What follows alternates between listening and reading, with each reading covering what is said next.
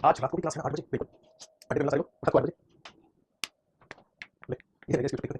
हाँ जी लास्ट में क्या रहा था सर एटमॉस्फेयर की प्रैक्टिस क्लास होगी करा देंगे काय तुम लग रहे हैं स्मार्ट लग रहे हो सर जी आज तो हाँ बेटा स्मार्ट बचपन सीखा थोड़ी बहुत टेंशन की वजह से कभी ऐसा हो जाता है ललित नाम से कमेंट आ रहा है एक नंबर मास्टर है जब तुझे लग रहा है कि मास्टर एक नंबर है तो इस बात को थोड़ा तमीज से कह सकता था क्यों बे सर आपकी लद्दाख वाली क्लास देखी मजा आ गया मैंने कमेंट पढ़ा सर आपकी लद्दाख वाली मैंने पता नहीं क्या मैं कहा पहुंच लद्दाख में हाँ जी लद्दाख वाली क्लास देखी मजा आ गई टेंशन लो आज जम्मू कश्मीर वाली क्लास देखना तो क्लास है हाँ जी आज जम्मू कश्मीर वाली क्लास देखना और मजा आएंगे ठीक है टॉपिक बताओ अभिषेक का कमेंट आ रहा है कि विंड में वेस्ट इंडीज विंड पढ़ा रहे थे है ना सर जी बहुत अच्छी लगती है वस्तु अब आज हंस रहा हूं मैं तो आपको भी लग रहा होगा कि भाई क्यों हंस रहे हैं क्या है अच्छे लग रहे हैं रोज आके मैं हंसूंगा तो क्या समझ रहा हूं ठीक है मेरे को मिलती टाइप कमेंट चल रहा था पता है मैंने ना सच में सोच नहीं सकते हो आपको क्लास कर रहा हूं मैंने चल रही है सब यहाँ पे अभी अब ये नहीं करोगे कहनी चाहिए बात है मैंने भी लंच नहीं किया तो मेरे पास एक घंटे टाइम था उसमें मैं आपको कुछ पॉइंट और नहीं निकाल लेता या फिर मैं आपको खाना वाना करके बैठ जाता ये सब पढ़ने चाहिए तो टारगेट ये एक बार नहीं खत्म एक स्टेट उठाओ उसके किले है ना उसके किले हैं उसके क्या नाम है वो है पेंटिंग है त्योहार है फूड है फॉक डांस है वेस्ट इंडीज में कंप्लीट हो गया नेक्स्ट हेडिंग आपको चलो पहले थोड़ा समझाता हूं आप लोगों को ट्रैक पर लिख रहा हूं उसके बाद कुछ आगे बढ़ेंगे हाँ मेरे लाल एक बात बताओ अब तक हमने जो पढ़ा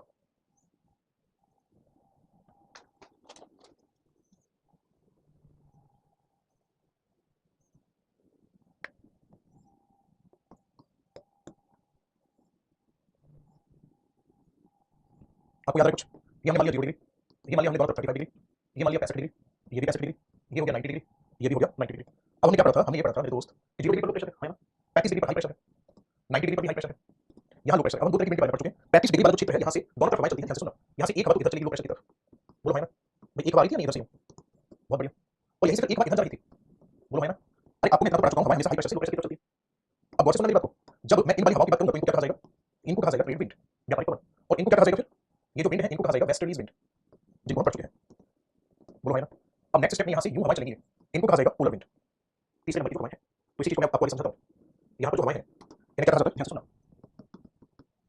पोलर विंड इनको क्या कहा जाएगा ध्रुवीय पवन कहा जाएगा ध्रुवीय पवन कहा जाते हैं गौर से सुनेंगे मेरी बात को कहाँ से चलना शुरू करेंगे 90 डिग्री से किधर चलेंगे 65 डिग्री की ओर ये कैसी विंड है आपका आंसर होगा दीज आर पोल विंड जो क्या करती हैं विच रिड्यूस द टेम्परेचर ये कैसे पवन है ये ठंडी पवन है जो क्या कर देती हैं तापमान को कम कर देती हैं कैसी पवन है ठंडी पवन है टेम्परेचर को क्या कर देती हैं रिड्यूस कर देती हैं टेम्परेचर को डाउन कर देती हैं आगे मैं बात करूंगा पोलर विंड के बारे में ये कन्वर्ज होती है किससे कन्वर्ज विद वेस्टर्लीज विंड क्या होती है पछुआ पवनों से टकराती है पछुआ पवनों से टकराती है और पछुआ पवनों से टकराने के बाद क्या बनाती है सब ट्रॉपिकल साइक्लोन फॉर्म शीतोष्ण चक्रवात बनाती है नोट करिएगा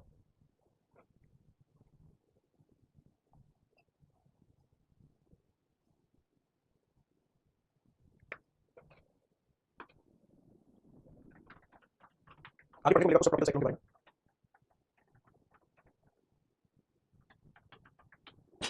नोट कर उसे हेलो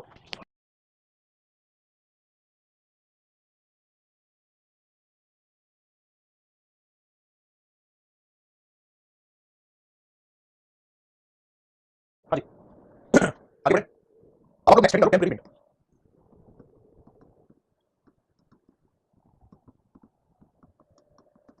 अब स्थायी पवन टेम्परेरी विंड या स्थायी पवन अगर मैं आपसे टेम्परेरी विंड की बात करूंगा तो इनकी क्या कंडीशन होगी डायरेक्शन चेंज हो जाएगी direction change according to season weather है ना यानी कि ऋतु और मौसम के अनुसार क्या हो जाता है दिशा में परिवर्तन हो जाता है इनका डायरेक्शन जो है कैसा हो जाता है इनका डायरेक्शन चेंज हो जाता है बहुत अच्छी बात है एक एक करके समझना शुरू करते हैं सबसे पहले मैं आपसे बात करता हूँ इसमें लैंड ब्रीज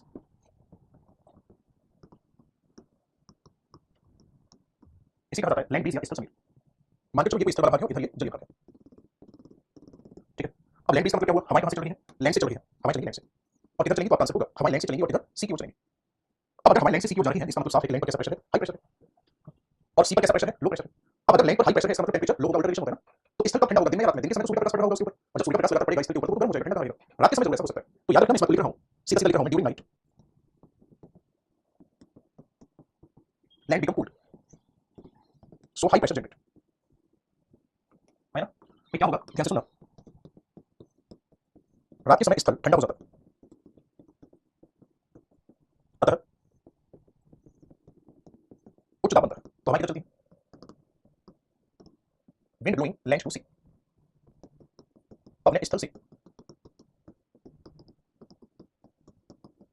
समुद्र की ओर चलती है। ये कंडीशन कब बनेगी? नाइट में। अब दूसरे पॉइंट पे, सी ब्रीज या समुद्र सवेग। समुद्र सवेग का मतलब क्या हुआ? विंड किधर से किधर जा रही है? Wind blowing from sea to land, यानी कि पवन समुद्र से स्थल की ओर जाती है। सी पर कैसा प्रेशर होगा? हाई प्रेशर, ठीक है, रहता है। लैंड पर कैसा प्रेशर होगा? Low pressure. यहाँ टेम्परेचर कम और यहाँ टेम्परेचर ज्यादा। और ऐसा कब होगा? ड्यूरिंग डे, दिन के समय। ईमानदारी से कमेंट करके बताओ, पूरा समझ आएगा। हाँ भाई,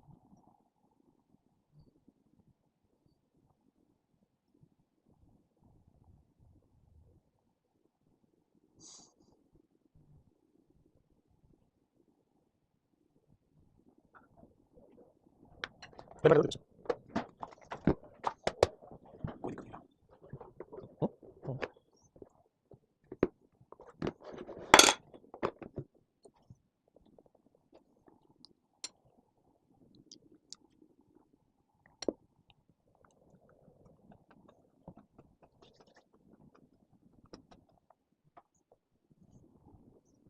आगे बढ़े। यहाँ टेम्परेचर लो होगा, यहाँ टेम्परेचर हाई होगा। उल्टा रिलेशन होता है। मैं कितनी बार बता चुका हूँ, प्रेशर और टेम्परेचर का उल्टा रिलेशन होता है। जब यहाँ प्रेशर हाई है तो टेम्परेचर लो, प्रेशर लो है तो टेम्परेचर हाई। ठीक है, चलो नेक्स्ट स्टेप में आ जाओ। तीसरे स्टेप में होगा वैली ब्रीच, घाटी समीप। इसका क्या मतलब होगा? हवाएं कहाँ जाएंगी? माउंटेन की अगर मैं बात करूँ तो हवाएं कहाँ जाएगी, है ना? हवाएं घाटी से ऊपर की तरफ जाएंगी, है ना? ये माउंटेन है, आप सभी को अच्छे से पता है इसको क्या कहा जाएगा? माउंटेन। और माउंटेन के अंदर जो ये पार्ट है इसको क्या कहा जाएगा? इसको कहा जाएगा वैली, इसे कहा जाएगा घाटी, इसे कहा जाएगा पर्वत। अब मैंने यहाँ लिखा हुआ है वैली ब्रीज, तो इसका मतलब ये है कि हवा यहाँ से ऊपर की तरफ जा रही होंगी। अब मेरे दोस्त एक बात बताओ, हवा नीचे से ऊपर कब जा सकती है? जब टेम्परेचर ज्यादा होगा तब। और टेम्परेचर ज्यादा कब हो सकता है? दिन में हो सकता है ना? तो मैं इस बात को लिखता हूँ यहाँ पे, during day the temperature of valley increase, so air warm and rise up. ठीक है जी, क्या होगा इसमें? ध्यान से सुना। दिन के समय घाटी के तापमान वृद्धि होती है, अतः वायु गर्म होकर ऊपर उठती है। ठीक है, और जब वायु गर्म होकर ऊपर उठेगी तो याद रखना अपने साथ की मॉइस्चर भी लेकर जाएगी, राइट? मॉइस्चर जब ऊंचाई पर पहुंचेगी तो कंडेंसेशन होगा, और जब जब कंडेंसेशन होगा तो कंडेंसेशन होने पर क्या होगा? रेनफॉल होगी। तो आप याद रखना, जो वैली ब्रीज होती है ना वो घाटी में क्या करवाती है? रेनफॉल कराती है। वैली ब्रीज घाटी में क्या कराती है? रेनफॉल। सिमिलरली होती है माउंटेन ब्रीज,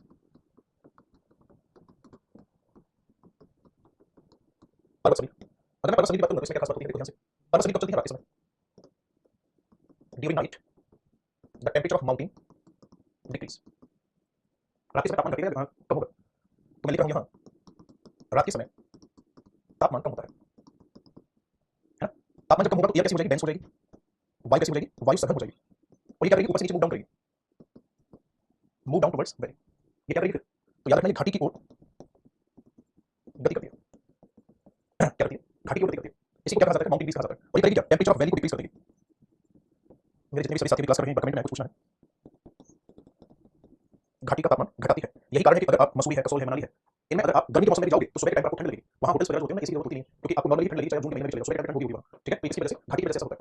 जितने भी मेरे सभी साथी क्लास लाइव अटेंड कर रहे हैं, उससे एक बात पूछना चाह रहा हूँ। जुलकार नाम से कमेंट आया मेरे पास अभी, इससे क्वेश्चन नहीं पिक हुए हैं, और इनका कहना है कि सॉइल और एग्रीकल्चर के इन्होंने 50 क्वेश्चन लगाने की कोशिश की, जिनमें से केवल 7 और 8 क्वेश्चन ही पिक कर पाए। तो क्या ऐसा है कि आप जब क्वेश्चन लगाने बैठते हो तो क्वेश्चन टिक होती ही नहीं है? अगर है तो ईमानदारी से बताएं, ऐसी प्रॉब्लम आ रही है क्या कि आप ज्योग्राफी के क्वेश्चन लगाने बैठे हो, क्वेश्चन टिक ही नहीं हो रहे हैं? अगर ऐसा कुछ है तो मुझे बताएं, मैं देखूंगा भाई कहाँ दिक्कत आ रही है। एक बार जल्दी से कमेंट करके बताइए। जुलकार की कंप्लेन है कि इनके क्वेश्चन टिक नहीं हो रहे। 50 क्वेश्चन इन्होंने टिक किए, उसमें से 7 टिक हुए। आई थिंक आपके बैच में मैंने सॉइल और एग्रीकल्चर कर दिया। अभी जो आपका बैच है, बैच नंबर कौन सा है आपके बैच में? नहीं सर, ऑलमोस्ट हो जाते हैं। अभी ये आपके बैच में हो गया सॉइल और एग्रीकल्चर?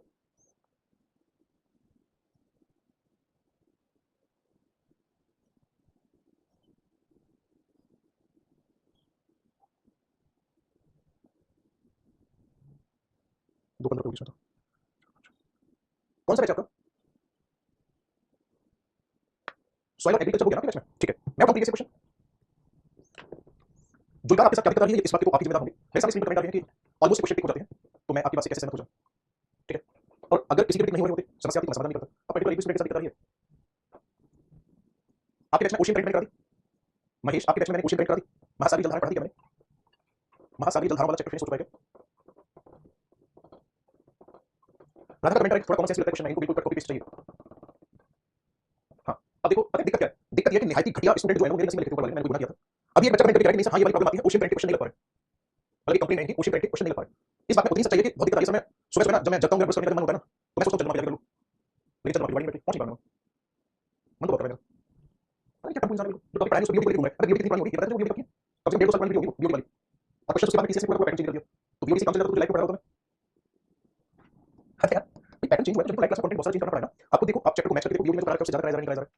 ओशियन करंट हुआ ही नहीं भाई, सबको क्वेश्चन लगाने ओशियन करंट के, ये मंगल ग्रह पर रहते थे, ठीक है, एक दिन बाद दिवाली का आयोजन था तो रॉकेट के साथ कूद गए वहां पे। 2021 की है बताओ बीओडी, और चल रही है 2024, मंगल ग्रह था ये, रॉकेट के साथ यहाँ गया कूद, चल गया क्या क्या हो गया, ओशियन करंट, ओशियन करंट। भाई ऐसा को डांट दो, हो जाता है यार। अब चलो